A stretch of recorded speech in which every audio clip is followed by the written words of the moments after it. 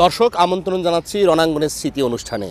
আজ আমাদের সাথে আছেন রণাঙ্গনের বীর মুক্তিযোদ্ধা, এই জাতির শ্রেষ্ঠ সন্তানদের মধ্যে একজন জয়নুল আবেদিন ফারুক। আপনাকে স্বাগত রণাঙ্গনের স্মৃতি অনুষ্ঠানে। মূলত আপনার কাছে শুরুতেই জানতে চাই, কখন কোন প্রেক্ষাপটে কার ঘোষণায় আপনি রণাঙ্গনে ঝাঁপিয়ে পড়লেন? এই বিজয়ের মাসটা অর্জিত হয়েছে শহীদ প্রেসিডেন্ট জিয়াউর রহমানের কণ্ঠে ধ্বনিত স্বাধীনতার ঘোষণা। আমি মেজর জিয়া বলছি। সেদিন আমরা জিয়াউর রহমানের এই দলও ছিল না, সেদিন ছিল স্বাধিকার আন্দোলনের ঘোষণা, সেদিন ছিল 22 পরিবারের বিরুদ্ধে পাকিস্তানের অত্যাচারের অবিচারের ঘোষণা। সেই ঘোষণাটা সেদিন আওয়ামী লীগের নেতৃত্বাধীন বড় কোনো নেতার পক্ষে আমরা শুনি নাই। শহীদ প্রেসিডেন্ট জিয়াউর রহমানের ঘোষণার কারণেই সেদিন আমি মুক্তিযুদ্ধে অংশগ্রহণ করার সুযোগ পেয়েছি।